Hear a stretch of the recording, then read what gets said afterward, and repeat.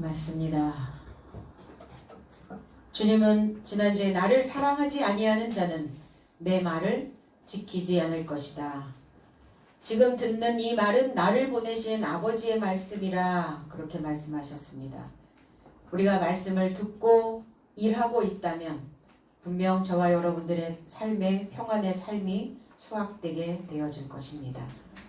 25절 내가 아직 너희와 함께 있어서 이 말을 너희에게 하였거니와 그랬어요. 내가 너희와 함께, 내가 너희 곁에 남아있어 이 말을 너희에게 전한 것이다.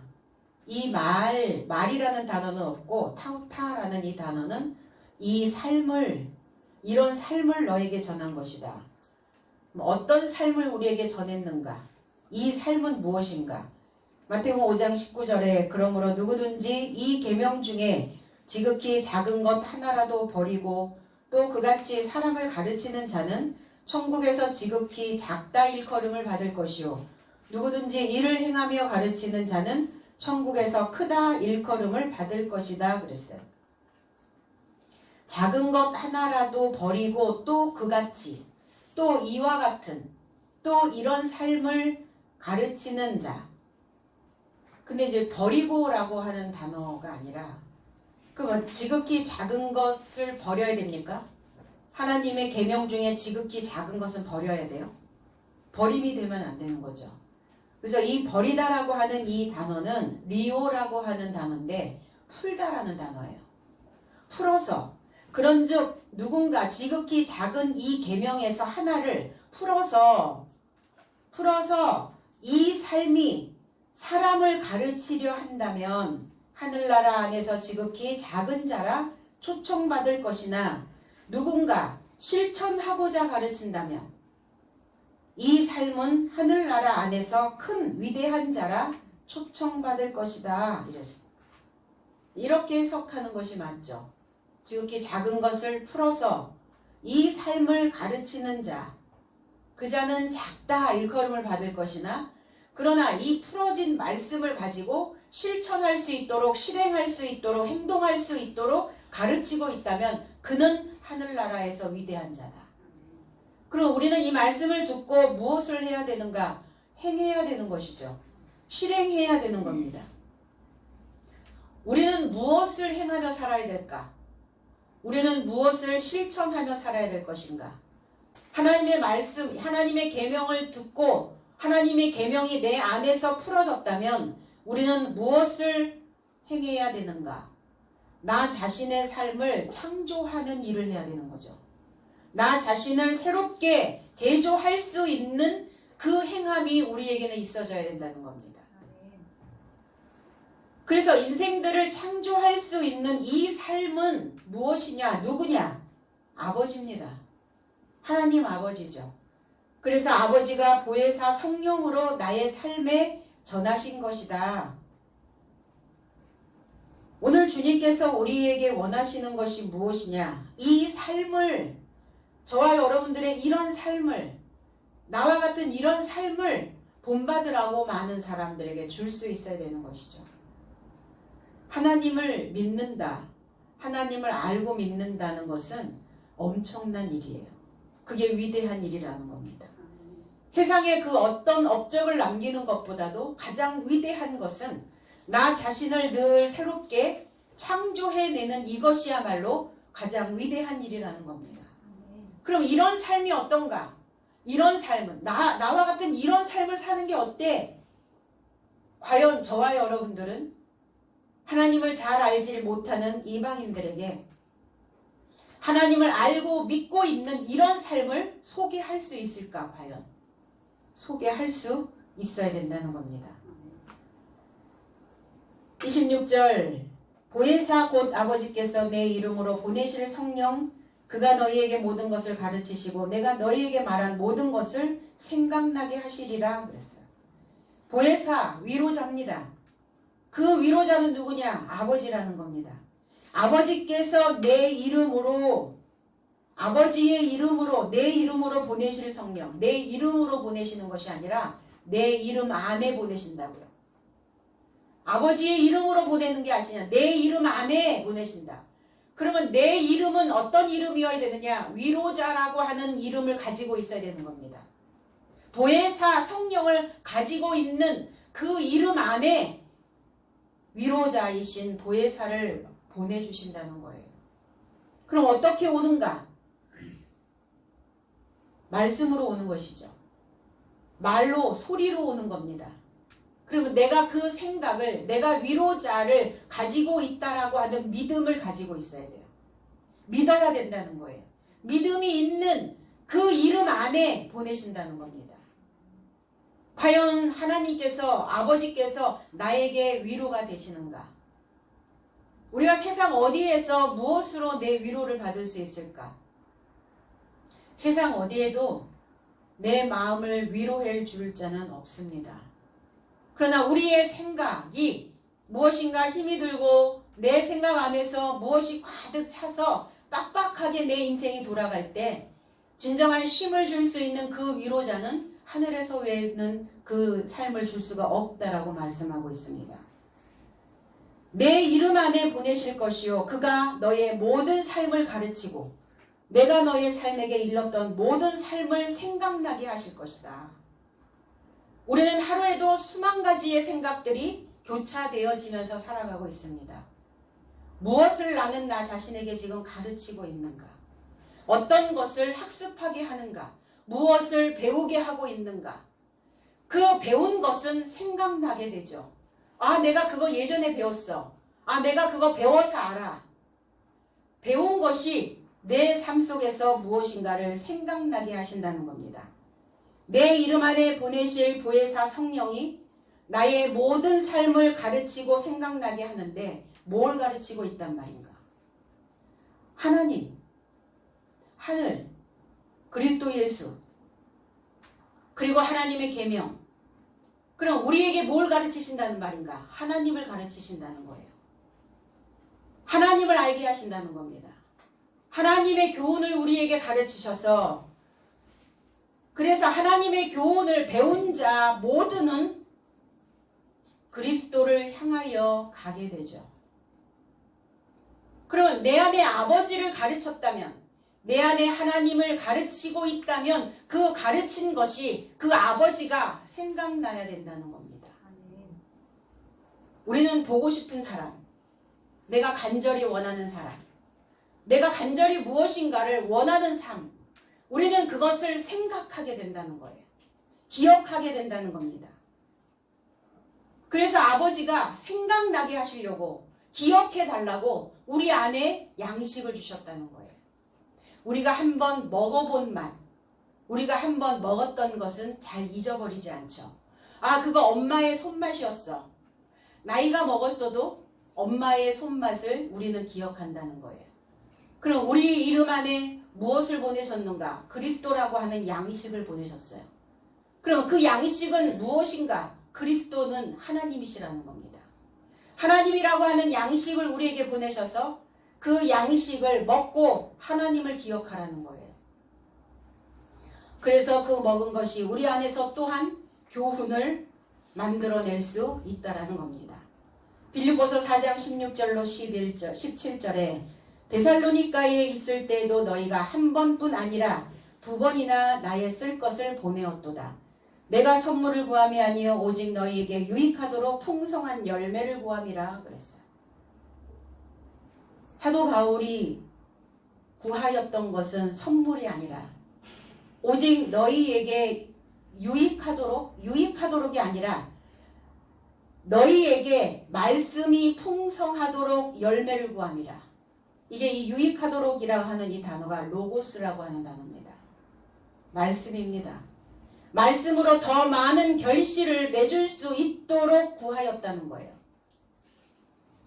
말씀이 하나님의 씨죠. 그러면 바울 사도는 하나님의 씨를 구했다는 거예요. 그리고 우리 안에 하나님의 씨가 심겨져야 그것을 수확할 수 있고 그것을 수확한 자는 그것을 맛볼 수 있고 그것을 맛본 자는 그 맛을 기억해내고 생각해낼 수 있다는 겁니다. 아무것도 심지 않는 자는 없어요. 무엇인가를 심습니다. 왜? 우리는 다 농부이기 때문이에요. 오늘도 우리는 분명히 무엇을 심었었을 거예요. 그런데 내가 지금 뿌리고 있는 종자가 어떤 종자냐예요. 무엇을 내 바탕에 지금 뿌리고 있느냐. 자연은 뭐라고 얘기합니까? 뿌린 대로 거둔다. 그렇게 말을 하죠. 뿌린 대로 거둡니다. 내 안에 하나님의 종자를 뿌리고 있다면 하나님의 영을, 하나님의 말씀을, 하나님의 소리를 뿌리고 있다면 거룩한 영인 평안이 내 삶에서 수확되어질 것이고, 내 안에 더러운 영을, 더러운 생각을, 기분 나쁜 생각을 뿌리고 있다면 우리 안에 늘 불안이 수확되어질 것입니다. 뭐를 하는, 어떤 종자를 지금 내 안에 뿌리고 있는 것인가. 그래서 뿌리고 거두고 하는 일을 우리는 하루에도 수십 번씩 수백 번씩 하고 있습니다. 과연 내 삶에 수확되어진 것이 무엇이 있을까? 내가 지금 쌓아둔 것이 무슨 종자일까? 우리는 다시 한번 어떤 생각을 하고 있는지, 어떤 종자의 생각을 하고 있는지를 다시 한번 유심히 들여다봐야 될 줄로 믿습니다. 이 생각이라고 하는 단어는 휘포밈네스코라고 하는 단어입니다. 회상하다, 기억하다. 무엇을 회상하고 무엇을 기억합니까? 그리고 생각나게 하는 말, 이런 의미를 가지고 있어요. 이 단어는 무네메이온이라고 하는 무덤이라는 단어와 만납니다. 그럼 무덤이라고 하는, 묘지라고 하는 단어는 뭐냐? 뭔가를 기억하고 생각하고 있다는 거예요. 과연 나 자신의 삶 속에서 무엇을 기억하고 있는가? 선한 영향력을 생각하는가? 아니면 자만해질 대로 자만해져서 아무것도 이해하지 못하고 늘 내 안에 다툼과 변론과 논쟁에 관한 그 병을 앓고 있고, 이런 삶에서는 시기와 투쟁과 모욕과 늘 나쁜 추측이 생각난다는 거예요. 뭔가 우리는 추측한다는 게 뭐예요? 생각한다는 겁니다. 가설을 세우는 거예요. 그럴 것이다 라고 하는 생각. 그 생각의 종자가 우리 안에 뿌려지고 있다면, 무엇이 나쁜 추측으로 생각나는 것이 뿌려지고 있다면 우리의 삶 속에 무엇이 수확되어지겠냐는 거예요. 늘 나쁜 추측만 수확되어질 뿐입니다. 불안하죠. 힘듭니다. 진리는 내 삶 속에서 다 사기당해서 없고, 오로지 남아있는 거는 그냥 욕망 덩어리. 그 욕망 속으로 빠져들어가고 있지는 않는가. 그래서 그 나쁜 추측이 나를 꿰뚫고 있다는 거예요. 그 슬픔이 나를 뚫고 지나간다는 겁니다. 생각하는 거 참 중요해요. 그래서 무엇을 생각하고 있니? 곧 생각은 씨기 때문에 그 씨는 뿌려진다는 겁니다. 뿌려지면 끝나는가? 그건 내 삶에서 거두어진다는 거예요.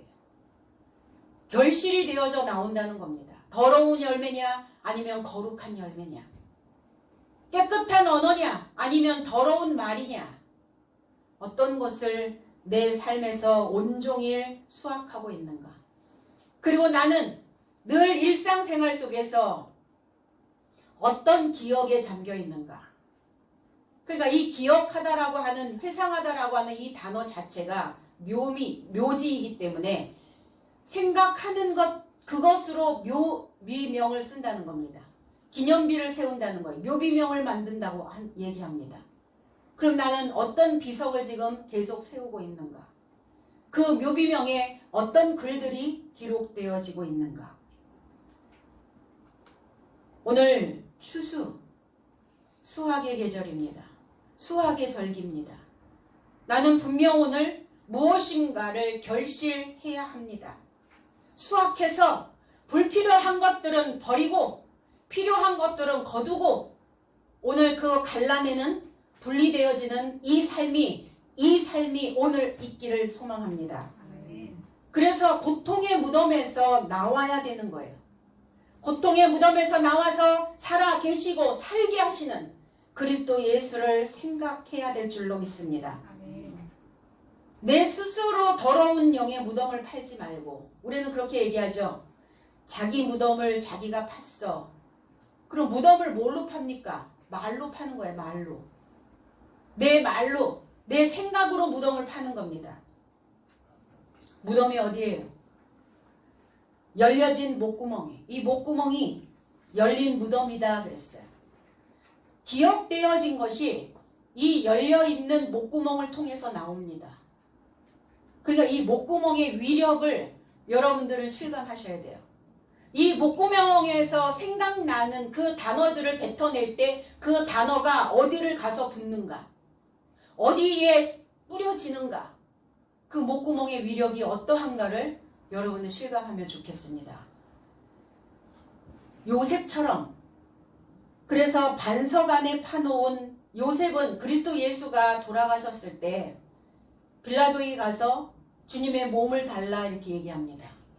그래서 요셉은 반석 안에 파놓은 그의 새 무덤 안에 예수의 몸을 두어야 새 기억으로 평화를 거두어 저장하게 된다는 거예요. 그럼 요셉은 야곱의 예언을 채우는 충실한 일꾼이었어요. 새 무덤. 새 무덤은 뭡니까? 새로운 기억을 만들어내셔야 돼요. 과거에 아니면 내가 일상 안에서 늘 반복적으로 하고 있는 그 기억이 아니라 새로운 기억, 새로운 생각, 새 무덤이어야 된다는 거예요. 그 새 무덤에는 그리스도 예수가 계셨어요. 그리스도 예수의 종자가 있었다는 겁니다. 거기에 그리스도 예수가 나의 양식으로, 나의 종자로, 내 삶에 수확되어지는 결실물로 내 새로운 기억 속에 담겨져야 된다는 겁니다. 그래서 그 새로운 기억을 보태는 증인으로 그리스도 예수는 무엇으로 오셨는가? 열려진 목구멍으로 오셨어요. 터진 입, 벌어진 입. 그래서 우리는 그러한 뉘앙스가 좀 좋지는 않지만 주님은 열린 목구멍이었어요. 그래서 아버지께로부터 받았던 그 보혜사 성령을, 아버지께로부터 받았던 그 영을, 그 기억나고 있었던, 기억하고 생각하고 있었던 그 지식을 우리에게 쏟아내 주셨다는 거예요. 그럼 저와 여러분들도 열려진 목구멍이어야 해요. 터진 입이어야 됩니다. 근데 그 터진 입으로, 열려진 목구멍으로 나는 어떤 종자를 지금 심고 있는가를 기억해야 된다는 거죠. 그래서 열려진 목구멍으로 말이 쏟아져 나올 때, 영이 쏟아져 나올 때 내가 지금 어떤 영에 사로잡혀져 있는지를 생각하시라는 거예요.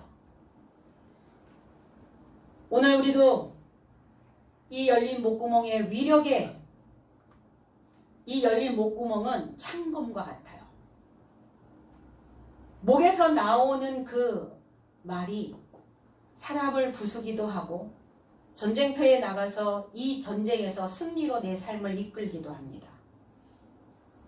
그러면 이 열린 목구멍의 위력의 창검이 오늘 승리로 우리의 삶을 이끄는 오늘 이 한날이 되어지기를 바랍니다. 27절 평안을 너희에게 끼치노니 곧 나의 평안을 너희에게 주노라. 내가 너희에게 주는 것은 세상이 주는 것 같지 아니하니라. 너희는 마음에 근심도 말고 두려워하지도 말라 그랬어요. 평안을 끼치는 게 아닙니다. 평안을 어떻게 끼칩니까? 평안을 끼치는 게 아니라 이 아피엠이라는 단어예요. 끼친다라는 단어가. 아피엠이라고 하는 이 단어는 놔주다, 놓아주다라는 단어예요. 풀어주다라는 단어이기도 합니다. 그러면 내가 평안을 놔준다. 평안을 이제 놓아준다. 그건 무슨 의미냐? 평화를, 나의 평화를 너의 삶에게 놓아주겠다. 내 삶에 평화가 없었어요. 내 삶에 평안이 없었어요. 왜 그랬을까? 하나님을, 그리스도 예수를 내가 기억해내지 않으니까, 기억해내지 않고 있는 하나님께서 내 평안을 붙잡고 계시는 거예요. 평안을 가둬둔 거예요. 평안이 갇혔어요. 평안이 활동을 못해요. 평안이 움직여야 되는데 평안이 움직이지가 않아. 그런데 오늘 내 평안을 너희에게 이제 놔준다. 오늘 이 놓아진 평화를 여러분들 거와 내 것화시키기를 원합니다. 내가 너의 삶에게 주는 것은 세상이 주는 것 같지 않으니 너의 삶의 마음이 자극받지 말고 겁내지도 말라.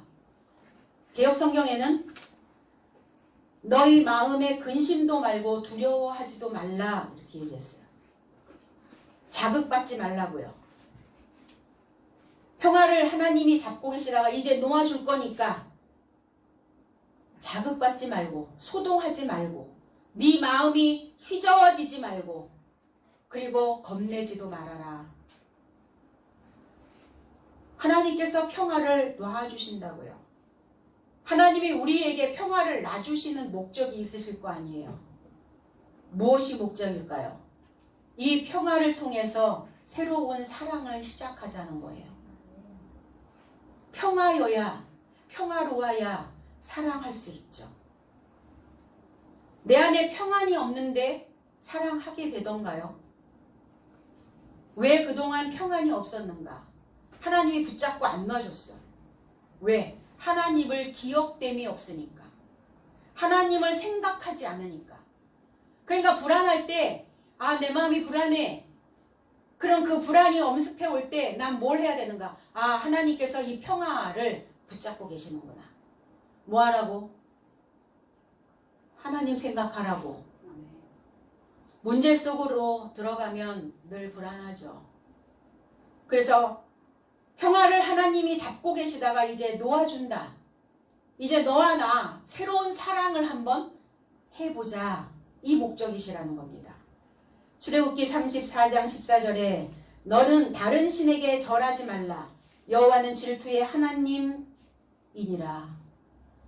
하나님이 왜 평화를 잡고 계셨는가? 질투하게 만들었다는 거예요. 이 질투라고 하는 카나라고 하는 이 단어는 성냄, 질투, 샘나다 이런 의미를 가지고 있어요. 그런데 왜 샘을 냈나? 다른 신에게 절했다는 거예요. 너는 나 외에 다른 신에게 절하지 말라고. 그것들을 섬기지도 말고 나 여호와 너의 하나님은 질투하는 하나님이라고 말씀하셨어요. 나를 미워하는 자의 죄를 갚되 아비로부터 아들에게 3, 4대까지 이르게 하니라. 질투의 하나님, 분노하게 하셨다는 거예요. 화가 났단 말이에요. 근데 여기서 다른 신, 우리가 언제 다른 신을 섬겼나요? 어떤 다른 신? 너는 나 외에 다른 신을 섬기지 말라고 했는데 그 다른 신이 도대체 어떤 종류냐는 거예요. 이 다른이다라고 하는 아하르라고 하는 단어는 지연하다, 빈들거리다, 방해하다 라는 의미를 가지고 있어요. 그러면 다른 신이라는 것은 뭐냐면 하나님께로 가고자 하는 생각을 지연시키는, 하나님을 향하여 가야 되는 그 발걸음을 방해하는, 하나님께로 가야 되는 그 삶을 느슨하게 늘어지게 만드는, 늘 뒤처지게 만드는, 늘 후미에 뒤에서 오는 그 생각이 다른 신이라는 겁니다. 그 이상하잖아요. 아니 하나님을 위한 성경인데 왜 이 성경 속에 다른 신에 대한 이야기를 이렇게 써놓으셨을까? 하나님께로 가는 생각, 하나님께로 가는 그 삶을 지연시키는, 방해하고 있는 이것이 다른 신이라는 거예요. 아하르.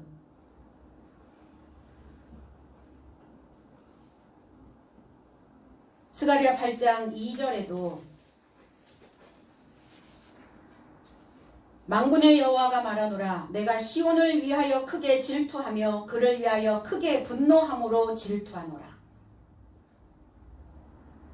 카나, 시온을 위하여.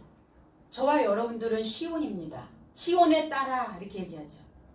그리스도인들은 다 시온의 자녀들이에요. 다 시온입니다. 그 시온이 뭡니까? 많은 사람들에게 빛을 반사해줘야 되는, 많은 사람들의 이정표 역할을 해줘야 되는, 많은 사람들에게 그 거리에 간판이 되어져야 되는, 이게 시온입니다. 근데 이 시온들이 하나님께로 가는 그 생각들을 늦추고 있어요. 빈들거리고 있어요. 빈들빈들 놀고 있는 거예요.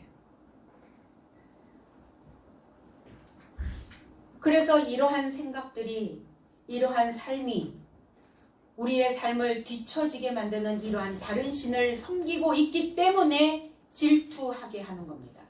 질투하고 계시는 거예요.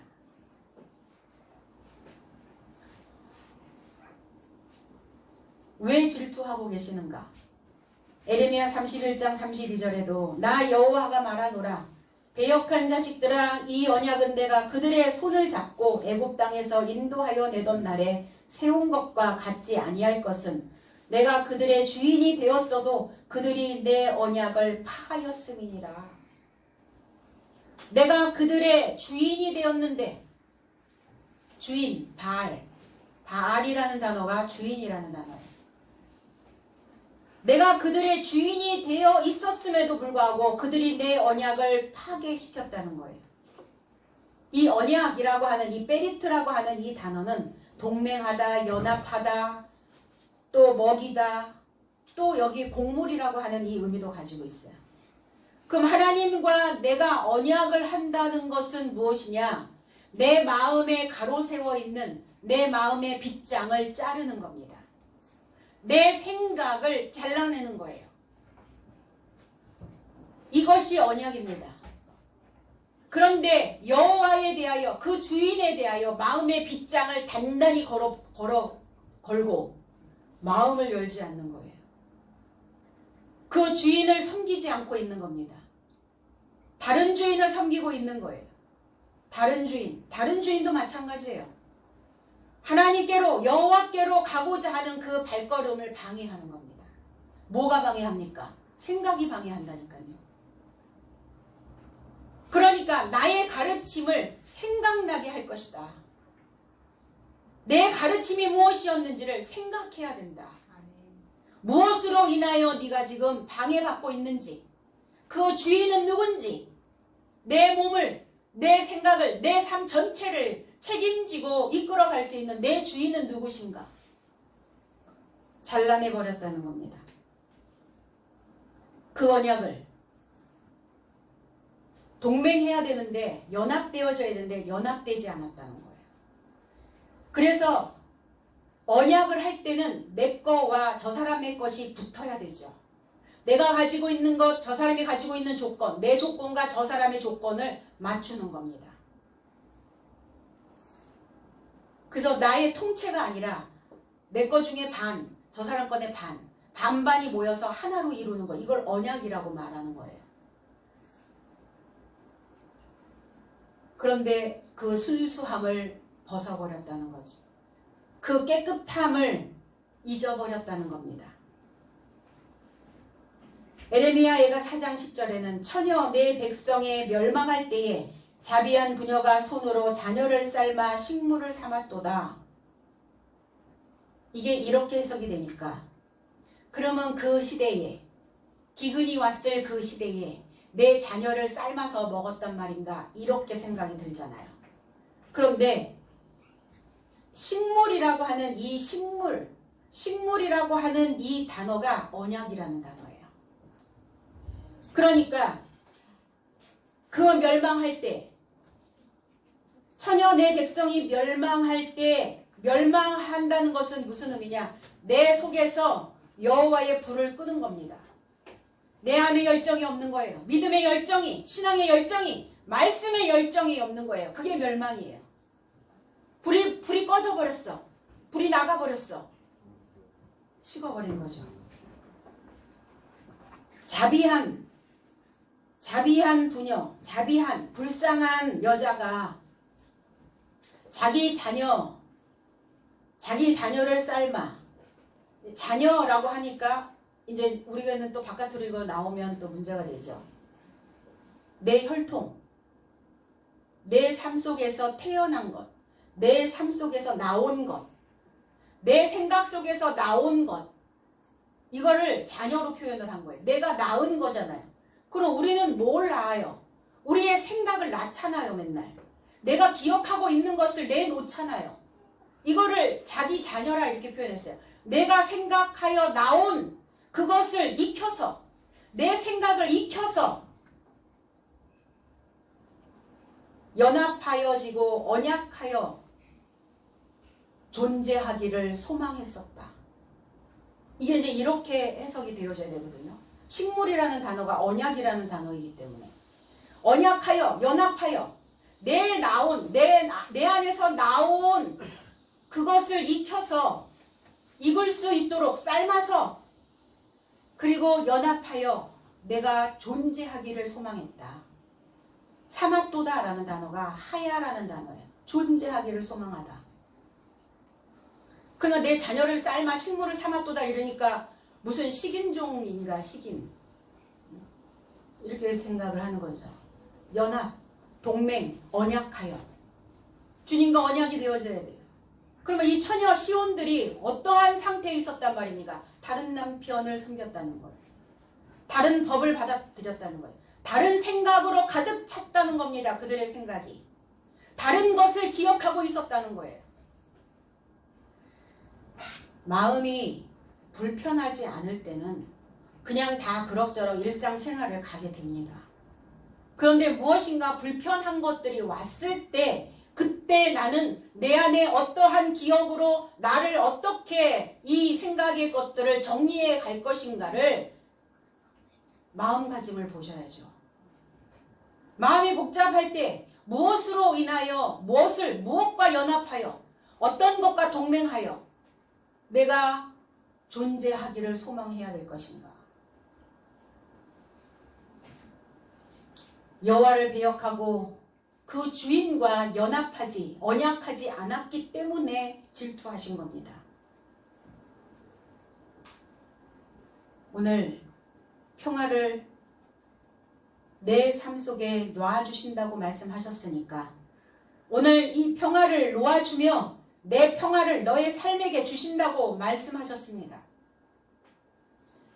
구약에서의 평화는 샬롬 이렇게 얘기하죠. 샬롬. 그냥 구약에서는 안전하기만 하면 됐다라고 생각했어요. 구약의 평화는 안전. 내가 안전지대에만 있으면 돼. 나만 안전하면 돼. 이건 구약적 평화입니다. 그런데 안전하기만 하면 돼. 그리고 내가 그동안 피해봤던 그 모든 것들을 보상받기만 하면 돼. 이 보상의 개념이죠. 보상의 개념이 뭡니까? 그래서 기복적 신앙이 다섯째 날까지의 삶을 이끌어가는 겁니다. 평화, 보상. 그런데 신약의 평화, 에이레네라고 하는 이 평화는 전쟁에서 승리의 개념이에요. 이겨야 되는 거예요. 전쟁을 하고 있다면 전쟁에서 이긴 자만이 평화를 맛보게 되죠. 그러니까 주님이 오셔서 구약에서는 그냥 보상만 받고 나는 안전지대에만 있으면 돼.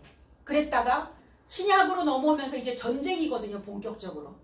왜? 진정한 평화가 무엇인지를 알게 하시려고 전쟁을 하게 하시는 겁니다. 전쟁에서의 승리. 그러면 전쟁에서 이기려면 뭐 하셔야 돼요? 연합하셔야 되잖아요. 우리 연합군이 오는 바람에 뺏겼던 수도도 탈환할 수 있었고 그렇지 않았다면 우리 아마 다 넘어갔었을 거예요. 이제 하나님과 연합 그리고 평화를 행하고자 하는 내가 새 사람에 이르고자 해야 된다는 겁니다. 그러면 전쟁은 어떤 전쟁입니까? 로마서 8장 6절에 육체의 생각은 사망이요 영의 생각은 생명과 평화다 이렇게 얘기했어요. 평화. 십자가의 도를 통해서 그리고 십자가의 전쟁이라는 거예요. 십자가의 전쟁. 그 말씀을 통해서 내 과거에 내 옛날에 오래된 그리고 잘못된 생각에 잘못된 기억 잘못된 것들을 내 안에서 나쁜 추측하고 있는 생각들을 이제는 죽이는 거죠. 육체의 생각은 사망. 그러나 생명과 살아있는 영, 하나님의 영, 하나님의 말, 그 하나님의 언어가 내 안에 들어오면 나는 평화라는 겁니다. 뭐와 싸움이에요? 무엇과 무엇의 싸움입니까? 내 생각과 하나님의 생각의 싸움이에요. 내가 쓰는 말과 하나님의 말과의 싸움입니다. 그런 말 하지 마 이렇게 얘기하잖아요. 그렇게 말하지 마. 목구멍에 위력이 있으니까 그렇게 말하지 마세요. 이렇게 말하세요. 하나님은 평화이시고 그 평화로 나를 승리하게 하셨고 오늘 평화로운 이 삶이 내 삶 속에 새로운 삶으로 완성시키는 이 평화의 터가 되어질 것이다. 이렇게 말하시기 바랍니다. 거룩한 영, 거룩한 말, 성령 안에서 의와 평화와 기쁨이라는 겁니다. 그러려면 어떻게 해야 돼요? 주님과 쌓고 있었던 벽을 부수셔야죠. 믿음과 벽 쌓고 있었어. 공부하고는 너는 담을 쌓니? 이렇게 얘기하잖아요. 그러니까 하나님을 아는 것은 지금 담을 쌓았어. 담 쌓고 살았어. 뭐만 했어요? 몸만 와 있었어요. 그러니까 평화가 오질 않는 거예요. 이길 수가 없는 거예요. 내 안에서 생각나는, 내 안에서 들리는 그 말을 이길 수가 없는 거야. 하나님을 기억하지 않으니까. 그러면 주님과 쌓아놓았던 벽을 부수고 이제 주님과 창을 만드셔야 됩니다. 길을 만드셔야 되는 겁니다. 세상이 주는 것은 이것과 같지 않다. 그러면 세상이 주는 것은 뭘까요? 전쟁입니다. 전쟁. 세상 어디를 가면 평화가 올까요? 온통 전 세계가 지금 전쟁통이잖아요. 어느 나라를 가야 평화를 맛볼 수 있을까요? 없습니다. 이 지구촌에 안전지대란 없어요. 이 나라가 조금 불편하면 저 나라로, 저기에서 이쪽으로 갈 데가 없는 거예요. 그래서 주님은 너의 삶은 너의 땅에 접하여 평화를 던지러 왔다고 생각하지 말라. 오히려 검을 던지러 왔다. 너의 땅은 지금, 네 마음의 땅은 전쟁이다. 전쟁을 치러야 되는 거죠. 왜 전쟁을 치러야 됩니까? 그 마음의 땅이 세상이라는 거예요. 어떤 세상입니까? 종살이하고 있는 세상. 어디에 끌려다녀? 노예 생활하고 있어. 종살이하고 있는 초등학문 아래 있는 성장하지 않고 있는 그 세상에 그 땅에 접하여 내가 검을 던지러 왔다. 왜 전쟁인가? 역행하고 있기 때문이다. 역행. 하나님과 지금 순리대로 가야 되는데 역행, 역주행을 하고 있는 거예요. 순방향으로 가야 되죠. 하나님의 말씀을 통해서 내 생각들, 내 안에 기억되어지고 있는 것들을 정돈하시고 정리해내고 그리고 말씀으로 입고 단장하고 이거 해야 되는데 머리는 하나도 정리가 안 되어 있는 상태에서 또 하나님과 담 쌓고 있고 말씀은 듣지 않고 말씀을 실행하지 않고 그러니까 늘 내 속에서 어떠한 것들이 늘 부딪히는 소리가 나는 거예요.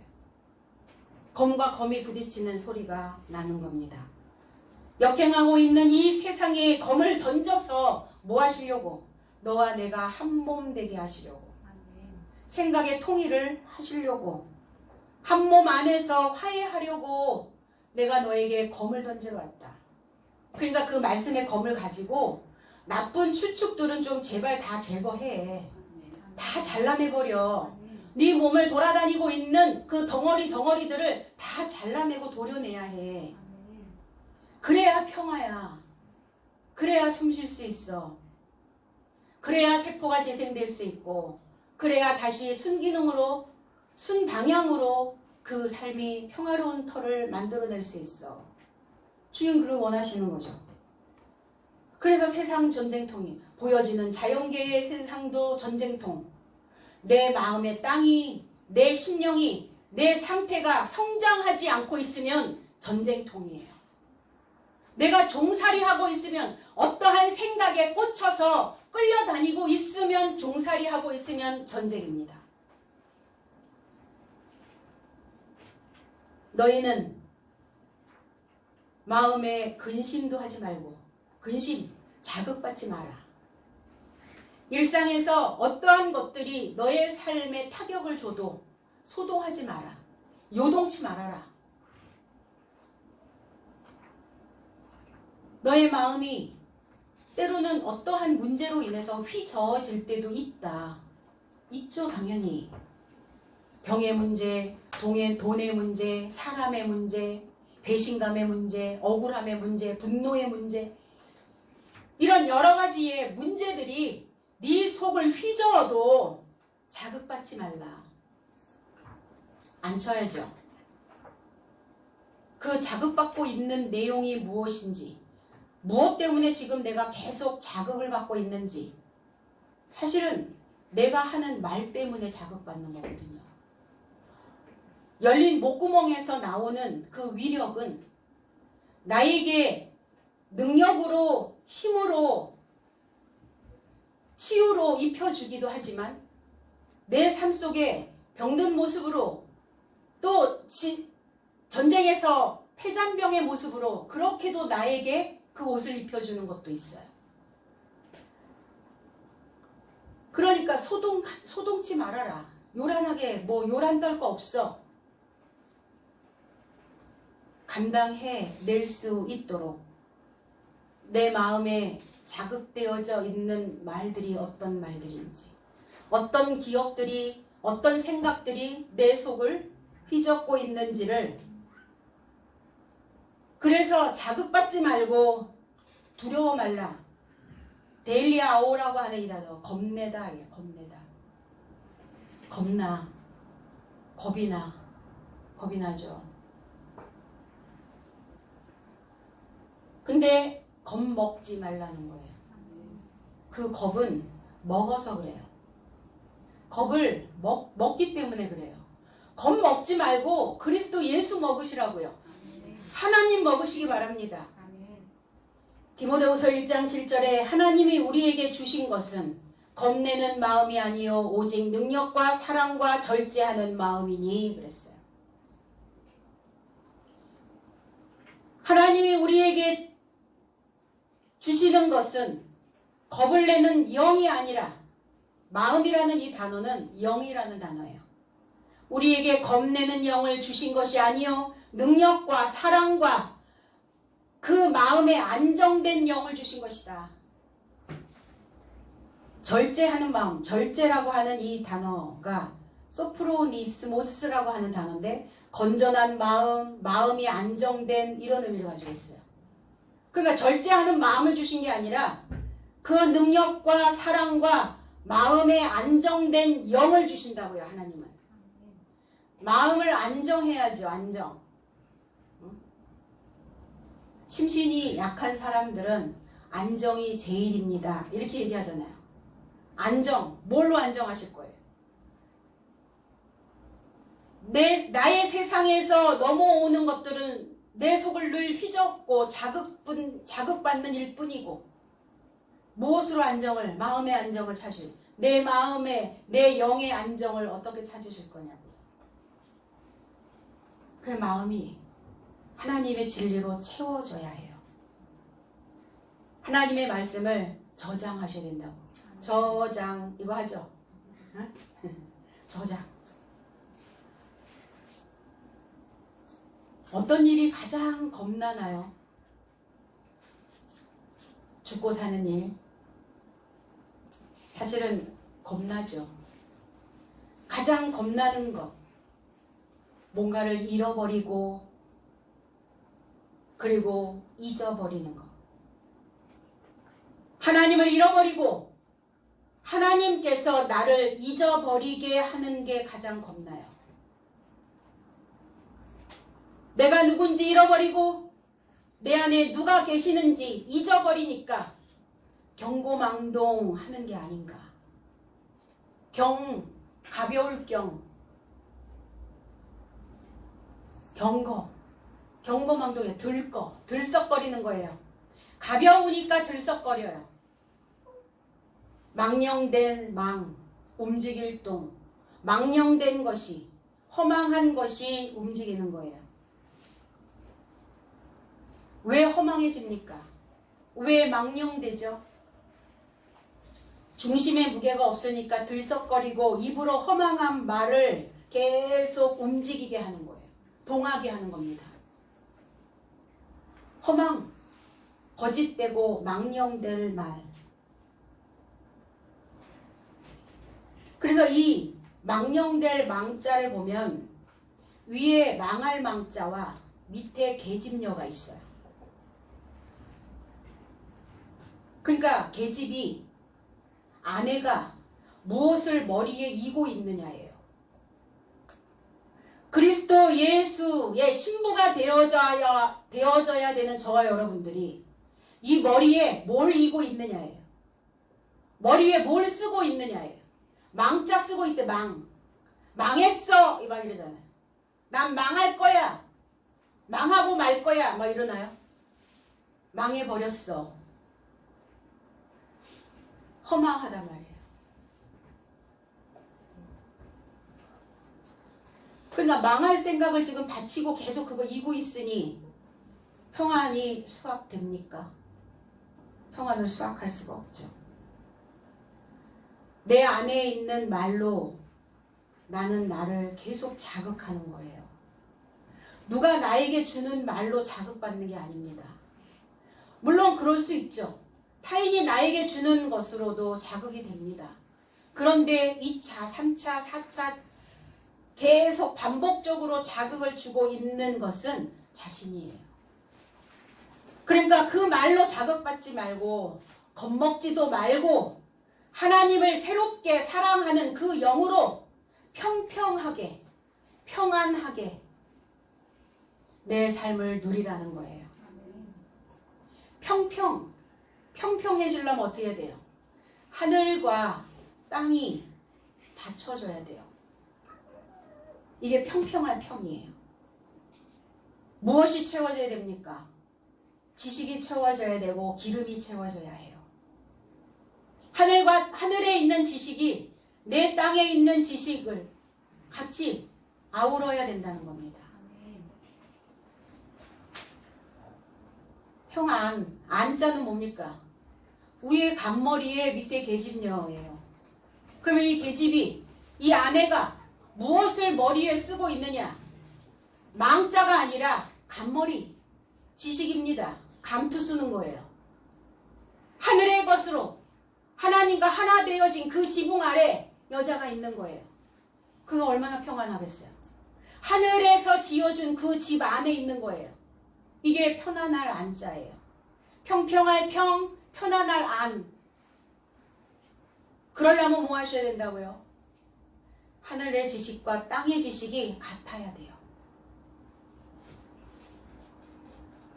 이런 삶을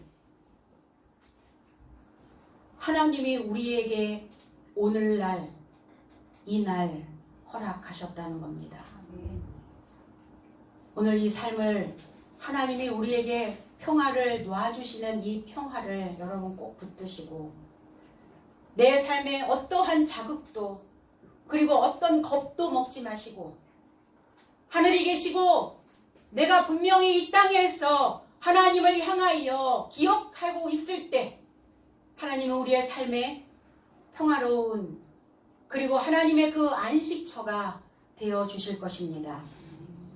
28절 내가 갔다가 너희에게 온다 하는 말을 너희가 들었나니 나는 나를 사랑하였다면 나의 아버지께로 감을 기뻐하였으리라.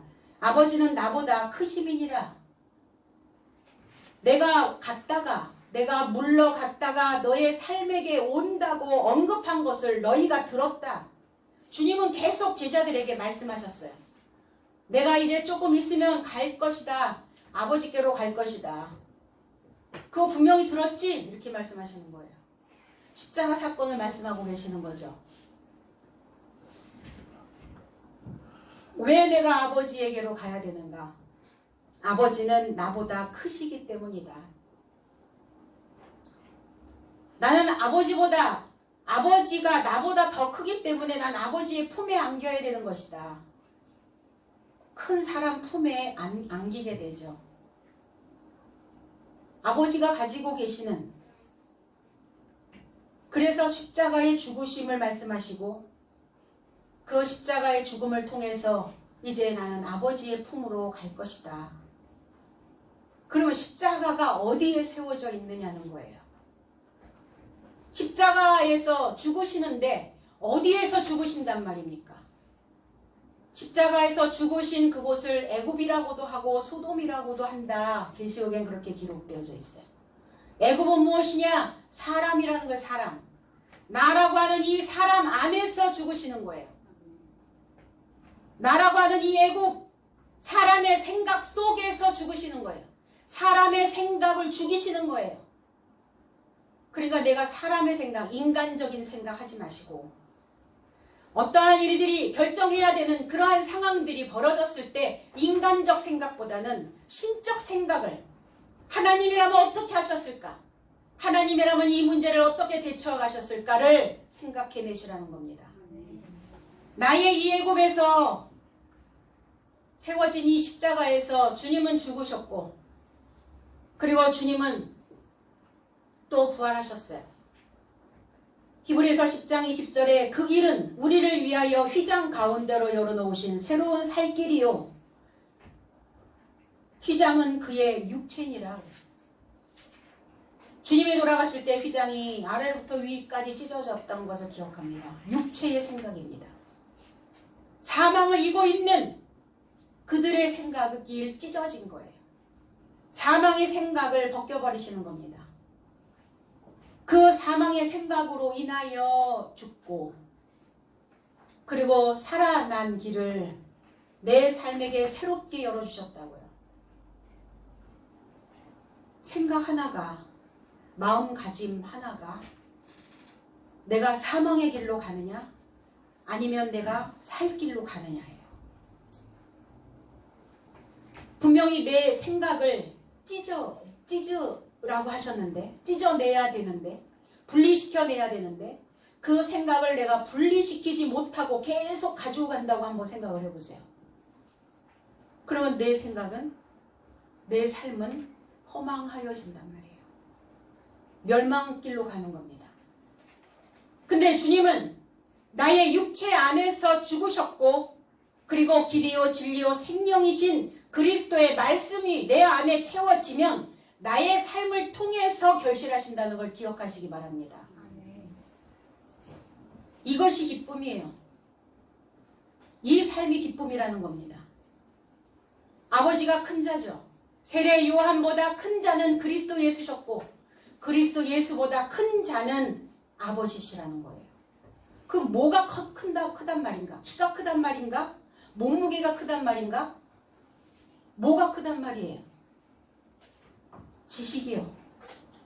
알고 계시는 지혜의 지식이 인생들을 크게 하고, 인생들을 존귀하게 하고, 인생들을 위대하게 만드는 지혜의 지식이라는 겁니다. 그 위대한 큰 지혜로 하늘을 펴셨고 땅을 덮으셨어요. 오늘 나의 이 마음의 땅을 그 하늘의 위대한 지식으로 덮으시길 바랍니다. 인간적 생각이 아닌 그 큰 뜻을 담은 위대한 생각으로 저와 여러분들이 사는 날 동안 그리스도의 지식의 열매를 감당해서 이 평안을 수확하는 저와 여러분들의 삶이 되어지기를 주님의 이름 안에서 축복합니다. 아멘. 기도하겠습니다.